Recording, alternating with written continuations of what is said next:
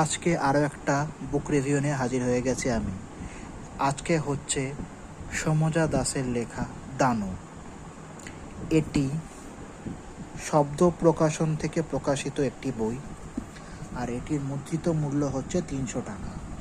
তো এই বইটায় টোটাল 11টা গল্প আছে সমজা দাসের লেখা। দেখতে পাচ্ছেন দানো, চেকমেট এরকম করে প্রথম গল্পের দানো নাম দিয়ে বইটার নাম দানো দেওয়া হয়েছে। এই গল্পগুলি খুব ছোট ছোট দেখতে পাচ্ছেন, খুব বেশি বড় না।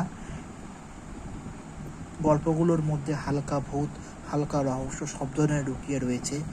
আমার ব্যক্তিগতভাবে অ্যালবার্ট সাহেবের বাংলো আর যে আজও আছে অপেক্ষা, এই দুটোকে সব থেকে বেশি ভালো লেগেছে। বাকি গল্পগুলো খুব সুন্দর লেখা, কিন্তু আমার ব্যক্তিগতভাবে দুটো গল্প ভালো লেগেছে।